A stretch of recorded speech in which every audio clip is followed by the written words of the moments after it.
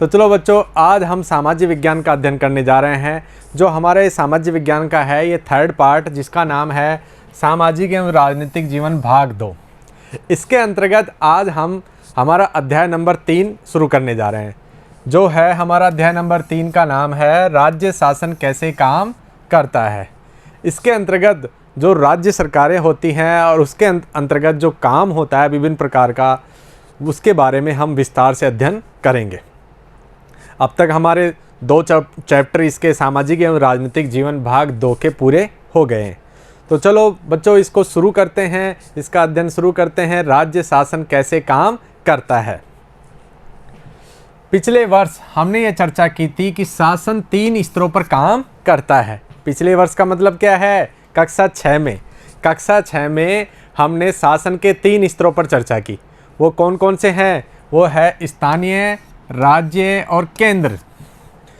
अब यहाँ पर ये इस डायग्राम के माध्यम से भी हम इसको समझते हैं कि सबसे ऊपर लेवल पर जो सरकार का भाग होता है हमारे भारत में, हमारे भारत के संविधान के अंतर्गत, वो हमने देखा केंद्र सरकार।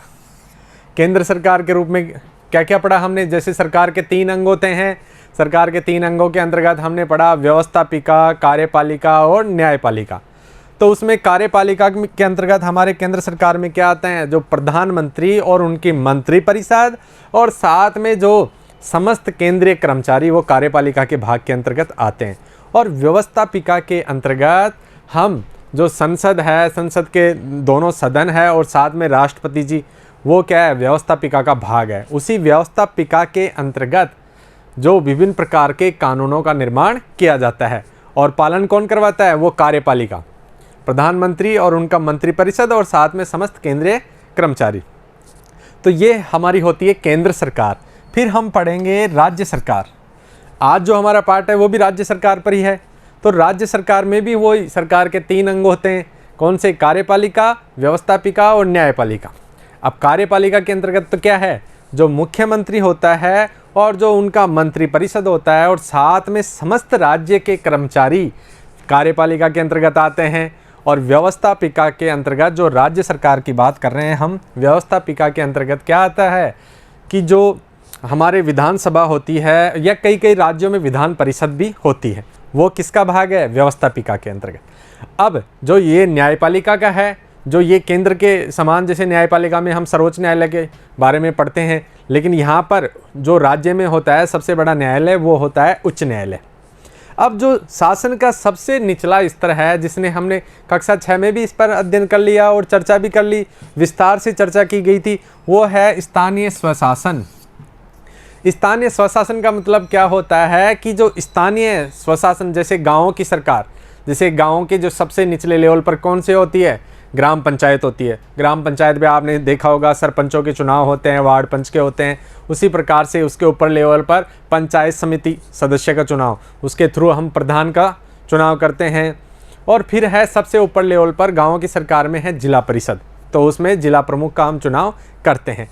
उसी स्थानीय स्वशासन में हम शहरों की सरकार के बारे में भी पढ़ा हमने, जिसमें शहरों में भी वही 3 भाग होते हैं। सबसे निचले स्तर पर होती है नगर पालिका, फिर उसके ऊपर के स्तर पर होती है नगर परिषद, और सबसे बड़े लेवल पर जो नगरों का शासन है वो होता है नगर निगम।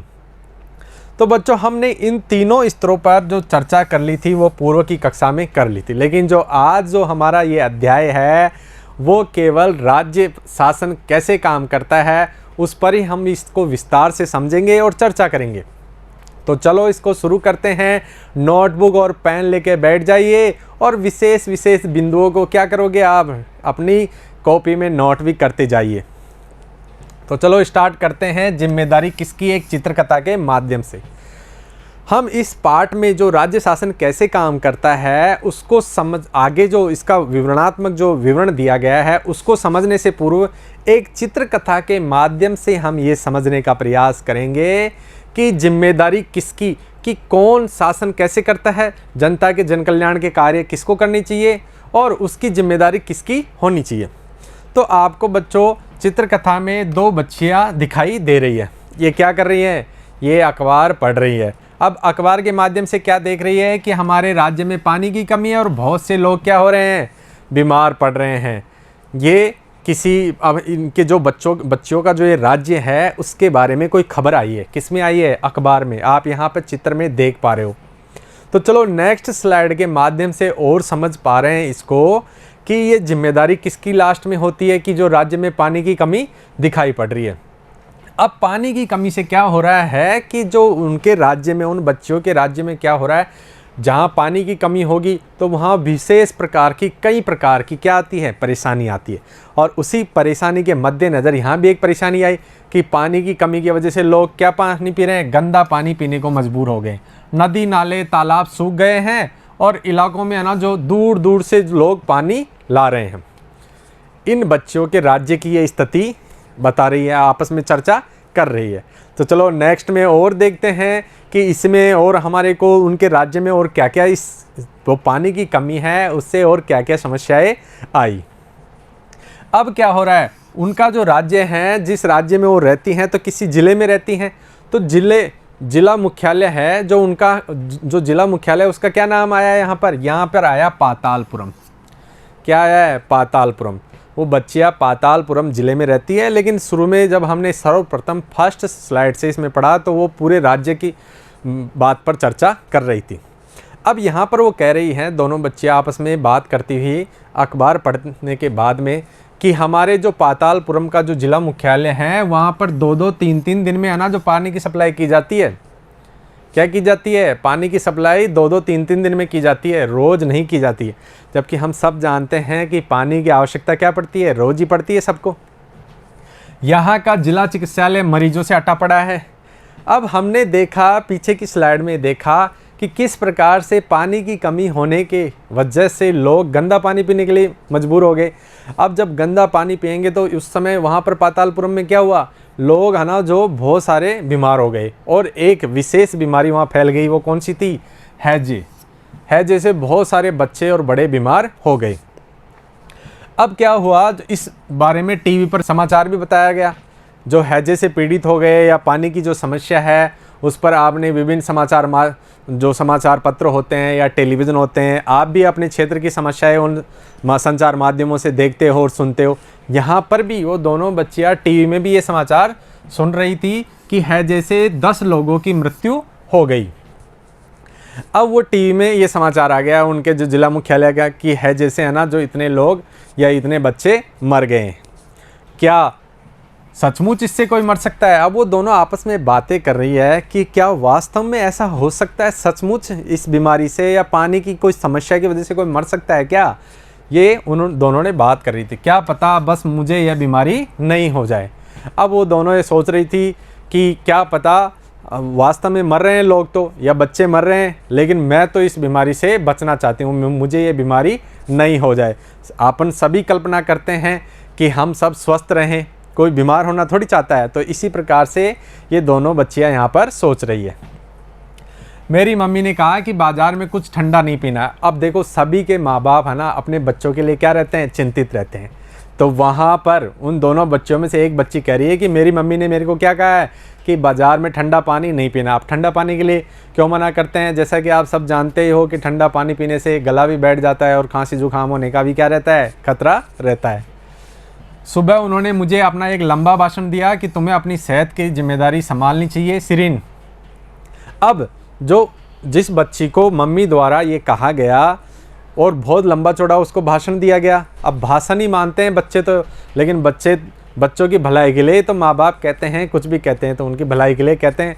वहाँ इस बच्ची का क्या नाम है जिसको उसकी मम्मी ने कुछ आवश्यक दिशा निर्देश दिए? वो है सिरिन। कि मेरी मम्मी ने तो ना जो लंबे चौड़े भाषण मेरे को सुना दिए। अपने बच्चे भी है ना जो ऐसा कहते हुए आप सुनते होंगे रोज़। लेकिन कोई भी माँ बाप है ना जो अपने बच्चों के लिए है ना जो बहुत चिंतित रहते हैं, इसलिए उनको आवश्यक दिशा निर्देश देते रहते हैं समय समय पर। लेकिन फिर भी कुछ बच्चों को क्या लगते हैं, वो जैसे यहाँ दोनों बच्चों में से आप देख पा रहे हो कि मेरी मम्मी ने बहुत लंबा चौड़ा क्या दिया? भाषण दिया। वो भाषण नहीं होता है, वो हमारी भलाई के लिए है ना जो हमारी को आवश्यक जो दिशा निर्देश देते हैं ना माँ बाप, वो होता है। अब दोनों इस बात को लेकर क्या कर रही है? हंस रही है। और दोनों क्या किस पे जा रही है? साइकिल से कहीं जा रही है। अब साइकिल से जा रही है तो आगे देखते हैं उनको है ना जो महिला पुलिसकर्मी है वो हाथ दे के रोक रही है कि रुको रुको। अब वो देखते हैं कि क्यों रोक रही है उसको। अब वो कह रही है रैली के कारण यह सड़क बंद है और रैली वालों ने विधायक के घर का घेराव कर लिया है।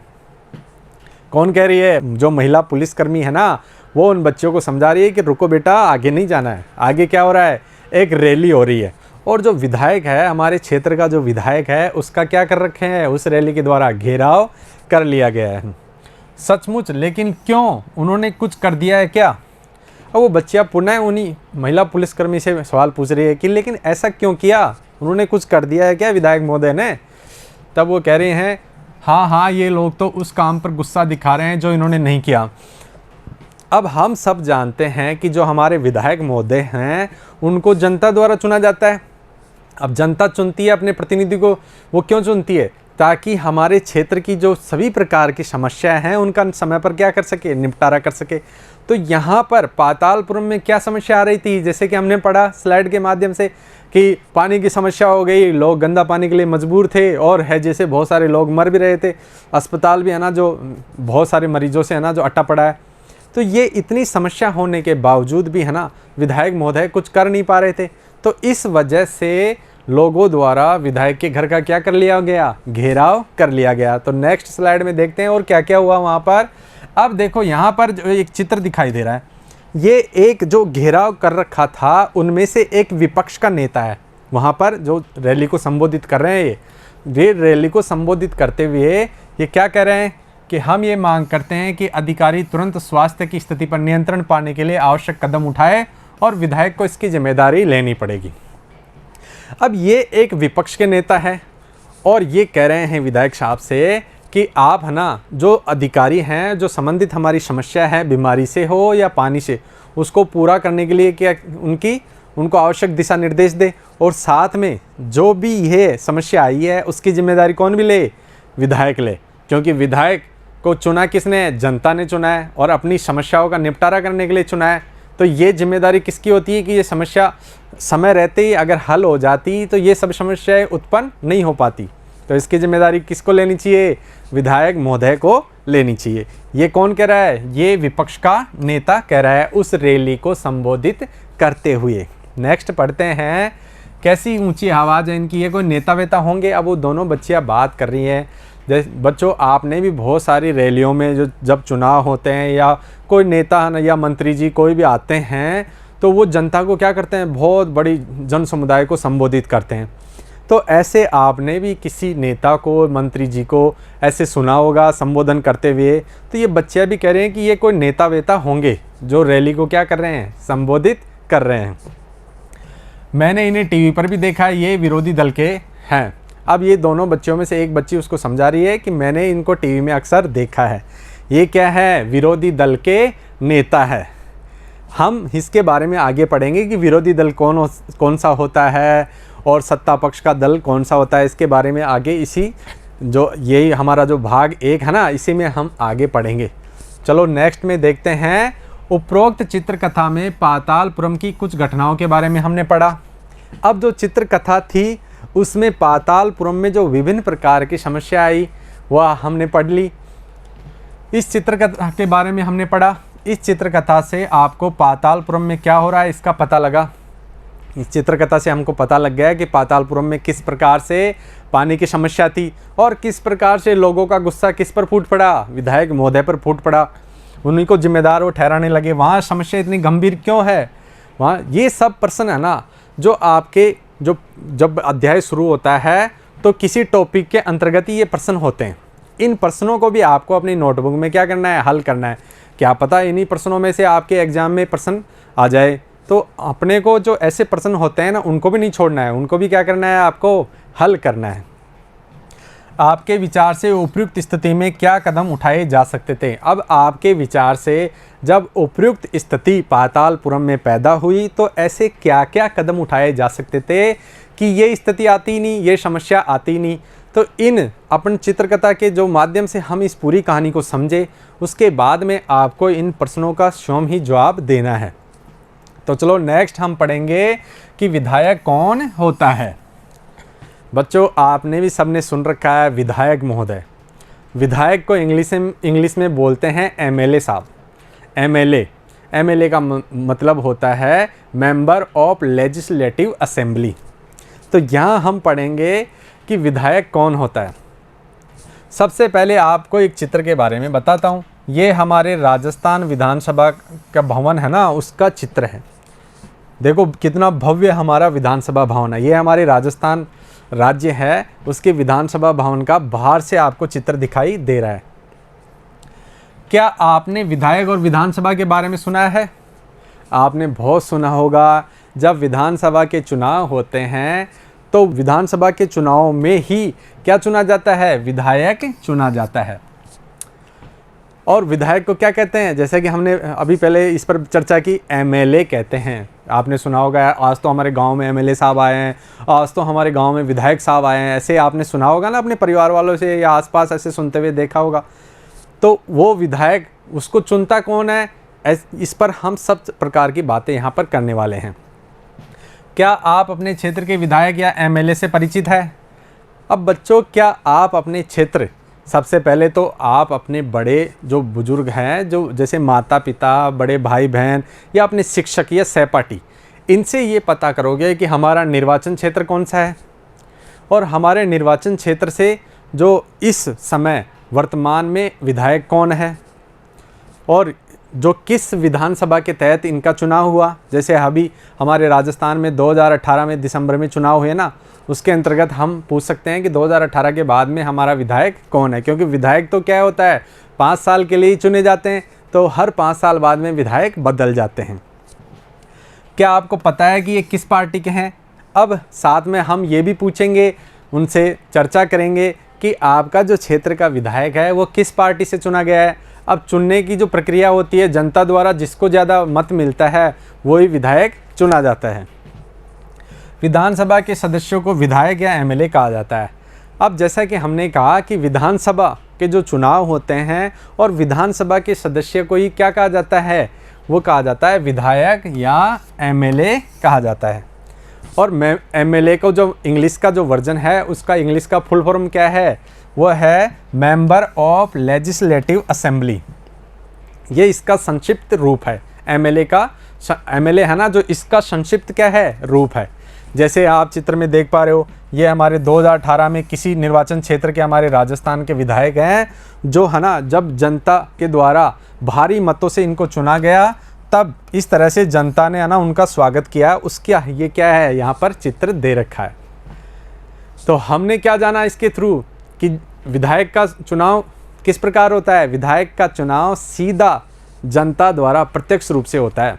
जैसे आपने अपने आस पड़ोस में है ना, जो ऐसा बूथ देखा होगा जहाँ पर बहुत सारे लोगों की लाइन लगी होगी और वो चुनाव करते हैं। तो ये चुनाव बहुत सारे हो सकते हैं, जैसे अपने जिला परिषद सदस्य का, सरपंच का, वार्ड पंच का और सांसद का, और ऐसे ही इसी प्रकार से चुनाव किसका होता है? विधानसभा सदस्य के लिए भी जनता ही क्या करती है? चुनाव करती है। और जिसको ज़्यादा मत मिलते हैं, बहुत सारी पार्टियों के कैंडिडेट खड़े होते हैं, बहुत सारी पार्टियों के प्रत्याशी खड़े होते हैं। जैसे आपने पार्टियां सुन रखी होगी बहुत सारी, जैसे Bahujan Samaj party, Bharatiya Janata party, Congress party, और भी बहुत सारी पार्टियां हैं।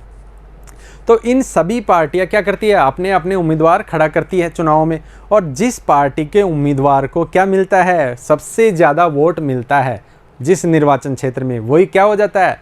वो ही विधायक बन जाता है। उसके ही वो कहाँ जाता है चुनकर? वो यहाँ विधानसभा में बैठने के लिए जाता है चुनकर। तो हमने ये समझा कि सीधा जनता के द्वारा चुना हुआ प्रतिनिधि होता है। कौन होता है? विधायक। कौन होता है? विधायक। चलो आगे और समझते हैं इसको। हम कुछ शब्दों पर हम क्या करेंगे? चर्चा करेंगे। अब जैसे कि हमने वहाँ आम सभा, हमने चित्रकथा में भी देखा था किस प्रकार से पातालपुरम के लोग विभिन्न प्रकार की समस्याओं को लेकर एक रैली, एक आम सभा की गई और विधायक के घर का क्या किया गया? घेराव किया गया। इस तरह से हम भी हमारे आसपास बहुत सारी आम सभाएं होते देखी होगी। फिर है भारत के राज्य। हमारे भारत में 28 राज्य हैं और सभी राज्यों में विधानसभा होती है और विधानसभा के माध्यम से ही राज्य की सरकार बनाई जाती है।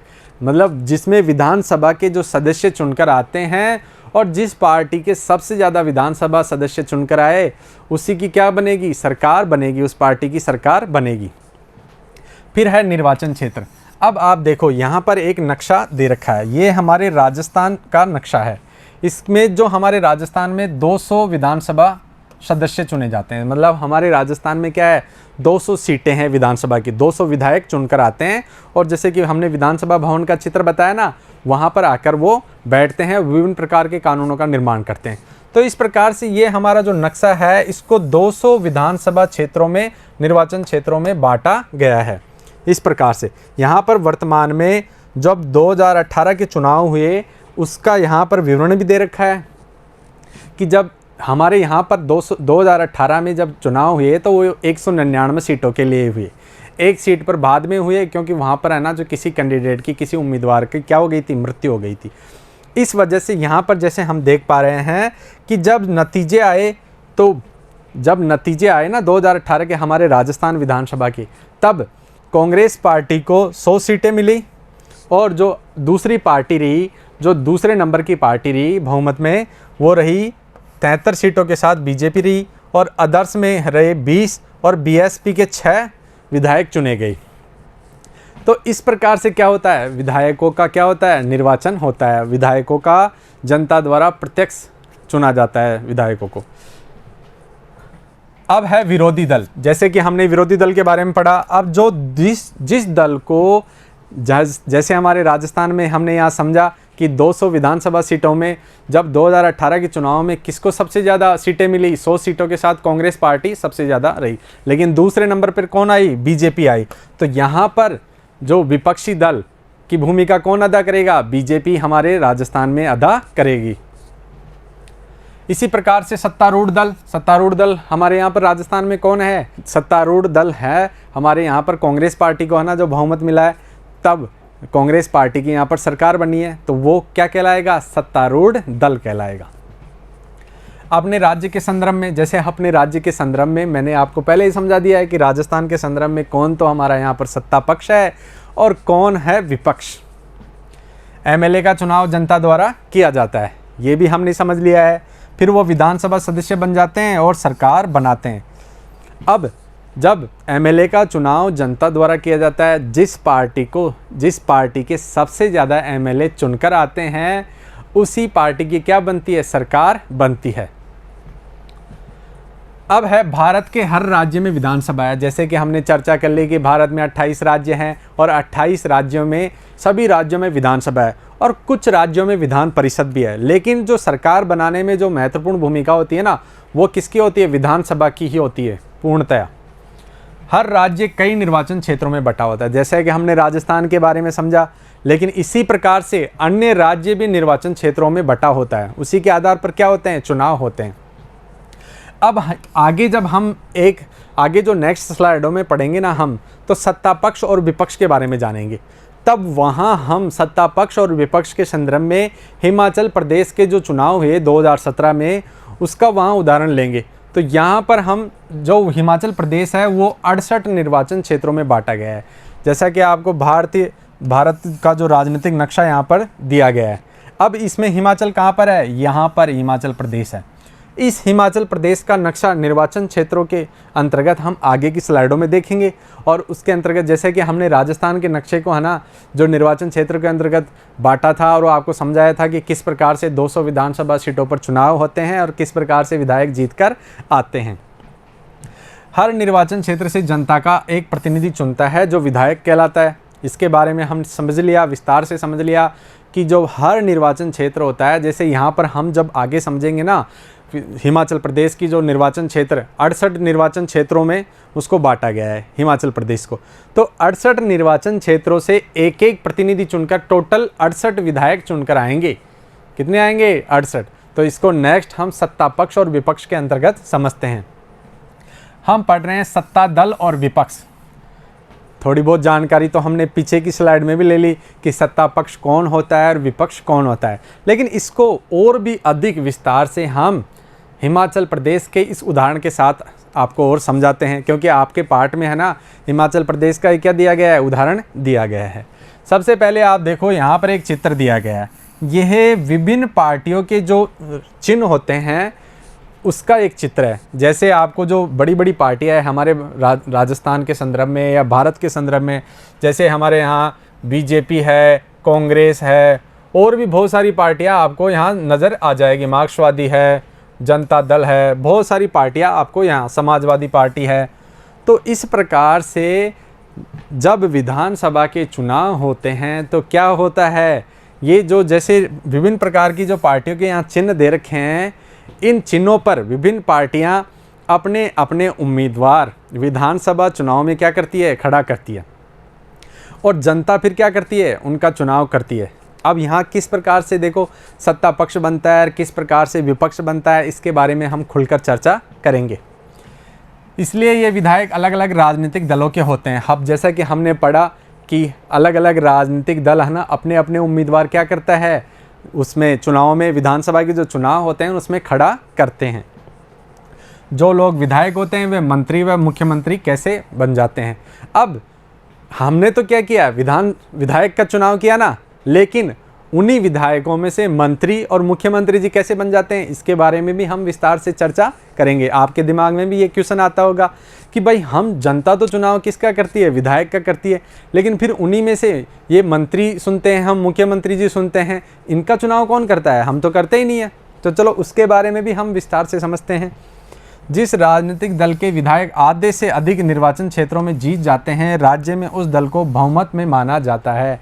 जैसा कि हमने कहा राजस्थान के संदर्भ में कि जिस पार्टी के उम्मीदवार, जैसे हमारे राजस्थान के संदर्भ में समझा था कि 200 जो विधानसभा क्षेत्र थे उसमें से सबसे ज़्यादा किसके जीत कर आए, 2018 में कांग्रेस के आए। तो कांग्रेस पार्टी के विधायक सबसे ज़्यादा जीत कर आए, तो किसकी सरकार बनेगी, अब कांग्रेस पार्टी की सरकार बनेगी। यहाँ पर भी हम इसमें हिमाचल प्रदेश के उदाहरण के संदर्भ में भी इसको और अधिक स्पष्ट रूप से समझेंगे। बहुमत प्राप्त करने के लिए राजनीतिक दल को सत्ता पक्ष अन्य सबको विरोधी पक्ष वाला कहा जाता है। अब जैसे हमारे राजस्थान के संदर्भ में हमने समझा था कि 200 है, अब 200 का है, आधे से ज़्यादा जिस दल को सीटें मिल जाती है, जिस दल के आधे से ज़्यादा विधायक जीतकर विधानसभा में आते हैं, उसी दल की क्या बनती है, सरकार बनती है। वही दल क्या कहलाता है, सत्ता पक्ष कहलाता है। और जो सेकंड नंबर की पार्टी होती है, जिसके दूसरे नंबर पे सबसे ज़्यादा विधायक जीतकर विधानसभा में पहुंचते हैं, उसको क्या कहते हैं, उसको विपक्ष कहा जाता है या विरोधी पक्ष कहा जाता है।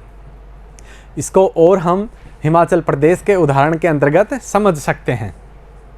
देखो हिमाचल प्रदेश में जब चुनाव हुए 2017 में, तो उन चुनाव के नतीजे इस सारणी में दिए गए हैं कि विधानसभा के जब चुनाव हुए 2017 में, तो किस किस पार्टी के विधायक ज़्यादा जीत के आए, सत्ता पक्ष की भूमिका यहाँ पर कौन निभाएगा, विपक्ष की भूमिका कौन निभाएगा। तो चलो एक बार इस सारणी पर हम क्या करते हैं, नज़र डालते हैं। सबसे पहले देखो आप, यहाँ तो राजनीतिक दल दिए हुए हैं, इधर चुने हुए सदस्य दिए गए हैं। अब जो भारतीय जनता पार्टी है उसको यहाँ पर 44 विधायक यहाँ पर जीत कर आए। 2017 में जो विधानसभा चुनाव हुए ना, वहाँ पर सबसे ज़्यादा सीटें किसको मिली, सबसे ज़्यादा विधायक जीतकर किसके आए, ये आए भारतीय जनता पार्टी के। लेकिन अब जब दूसरे नंबर पर हम नज़र डालते हैं कि दूसरे किस पार्टी के विधायक जीत कर आए, तो देखो इंडियन नेशनल कांग्रेस 21 विधायक जीतकर उसके आए।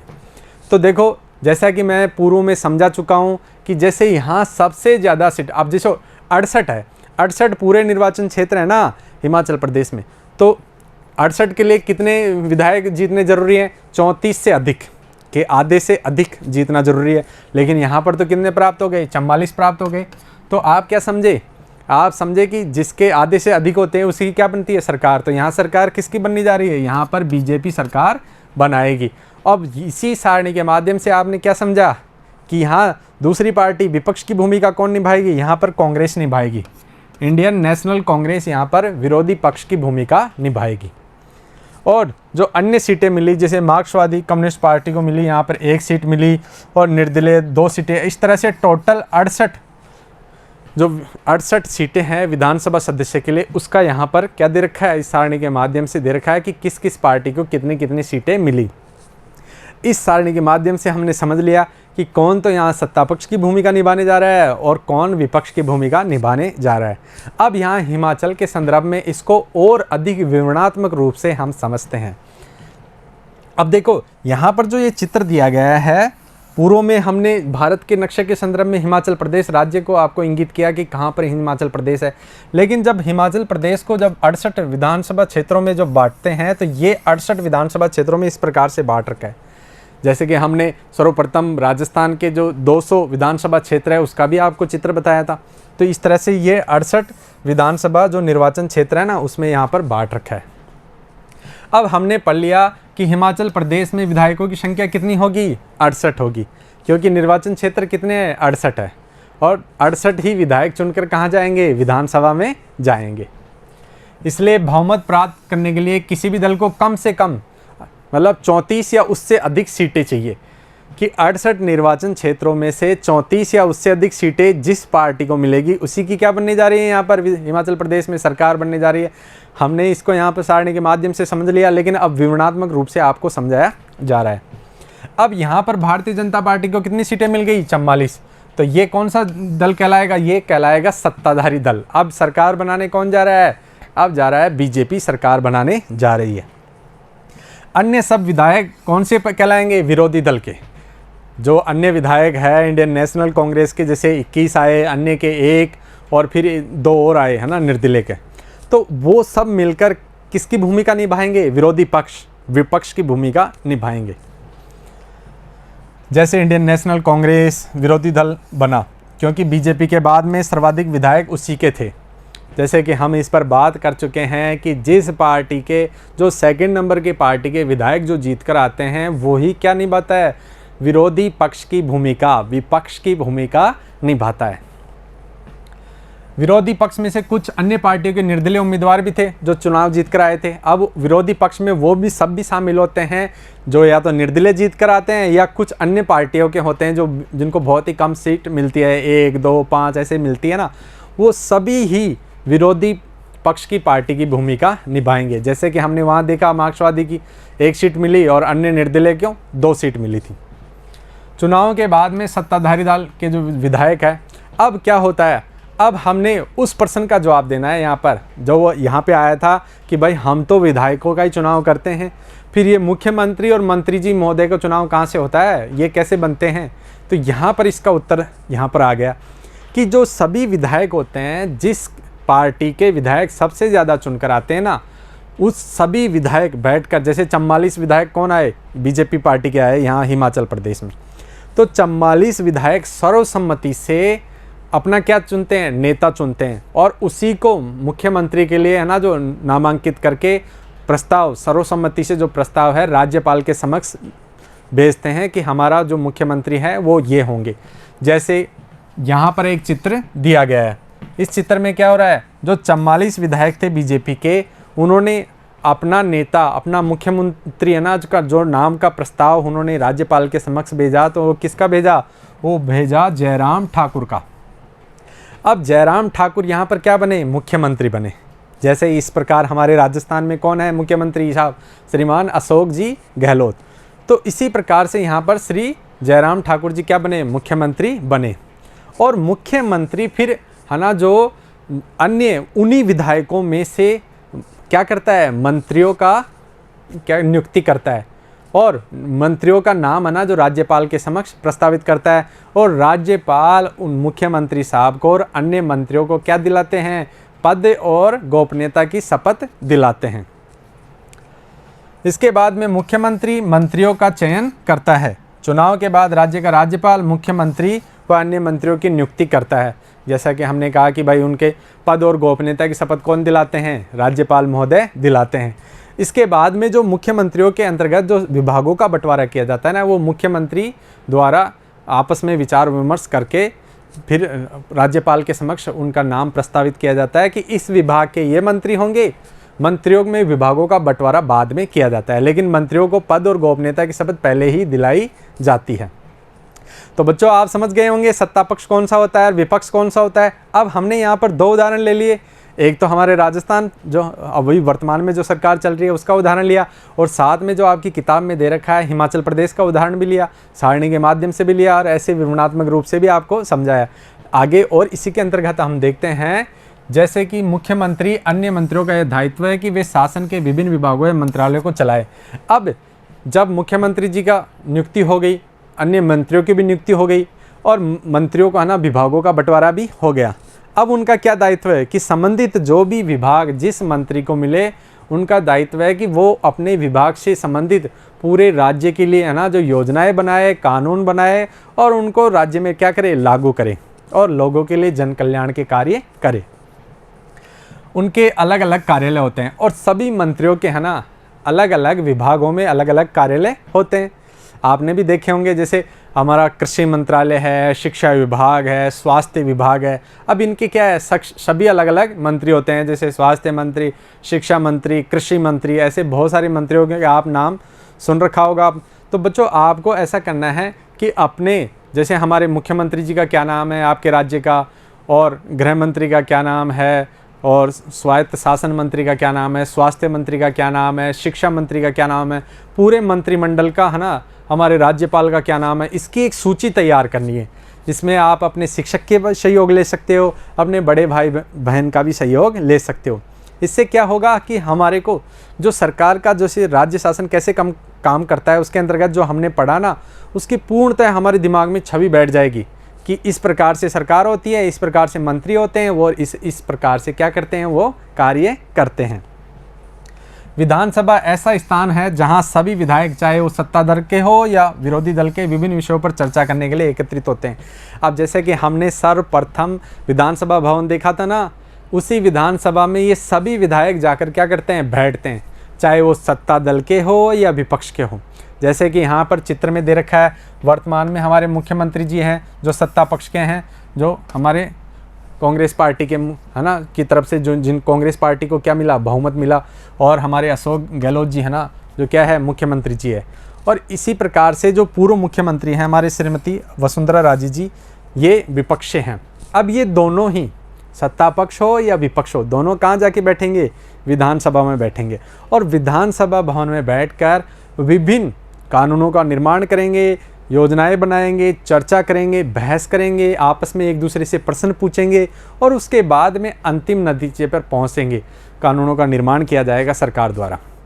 उसमें क्या होता है विधानसभा में बैठने पर कि आपस में कौन से कानून या योजना में खामी है या अच्छाई है, उसके बारे में पक्ष या विपक्ष के बारे में चर्चा होती है और एक अच्छा जनता के लिए आउटपुट निकल के आता है।